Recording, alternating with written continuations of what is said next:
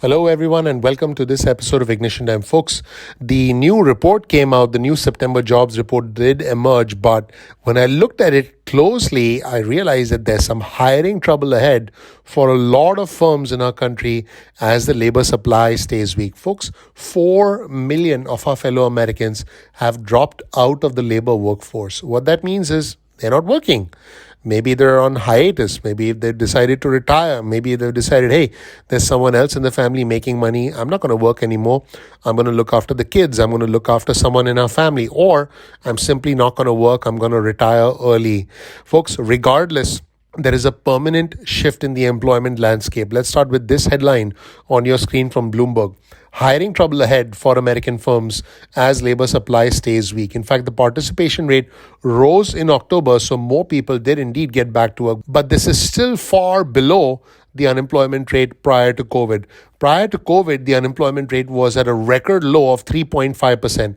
Right now, we're at 4.6%. Remember, the unemployment rate had gone as high as 12% during the peak of the pandemic, and African American women, men aged 30 and above led the decline in participation. So this is interesting. African American women and men aged 30s and above actually decided to drop out of the workforce. This is what is the astonishing part about the latest jobs report. I'm talking about data from September and also October. Let's take a specific look at the October jobs report. It did reveal a better than expected pickup in American hiring, but one key indicator points to a tougher time for employers in the months ahead. The labor force participation rate for workers aged 25 to 54 went up to 81.7%, but that's still well above the pandemic low, but it's lingering far below the pre-pandemic levels, according to the Bureau of Labor Statistics. Let's show you this chart on your screen, which shows you participation points. The labor force participation rate remains weak, and that actually spoils an otherwise solid jobs report. This weakness was led by a drop in participation amongst African American women and, interestingly, Latino men.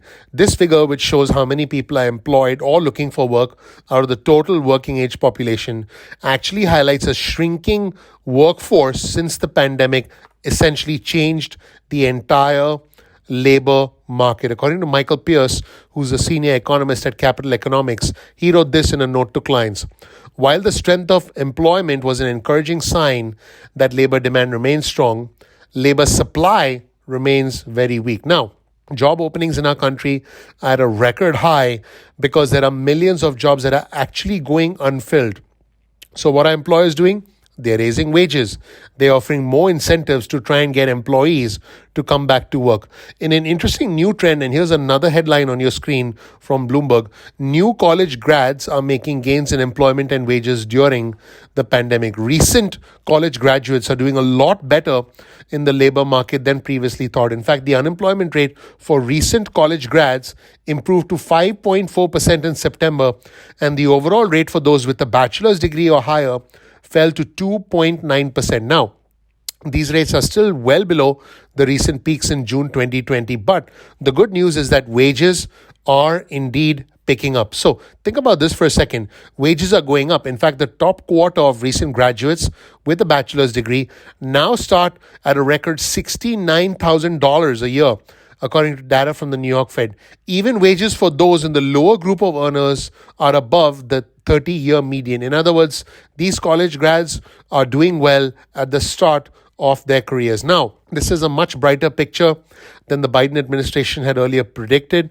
They had said that the national emergency could lead to a whole bunch of problems, but the good news is things are starting to look better. In fact, speaking of looking better, here's a chart on your screen that demonstrates the unemployment rates for recent graduates, which have actually tumbled. Let's go from the left, starting in the 1990s, and make our way to the right as we get to the current day.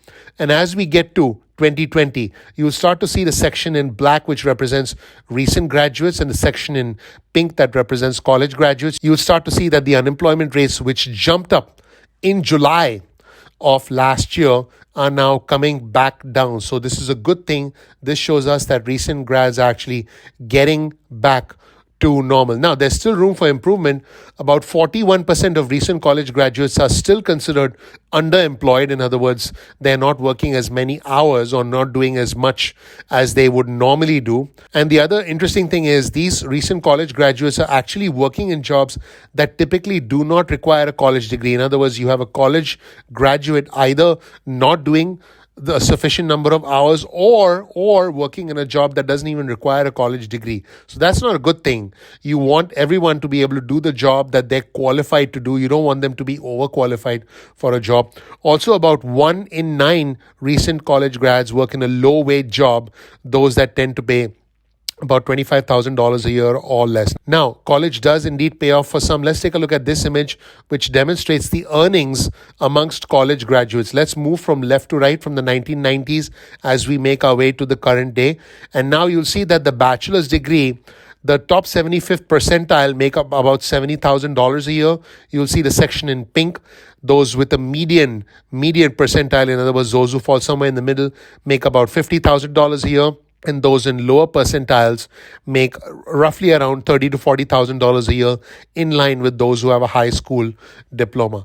The bottom line is wages for recent grads in the lowest earning group are below levels seen 30 years ago, and this is a little disturbing and not much different than the median for those with just a high school diploma. I'm talking about the lower part of this image on your screen, the section in black, which represents college graduates who are essentially in the lowest earning group, and also those with a high school diploma. In other words, the sections in black and orange indicate that over the past 30 years, nothing much has changed. But guess what's happened over the past 30 years?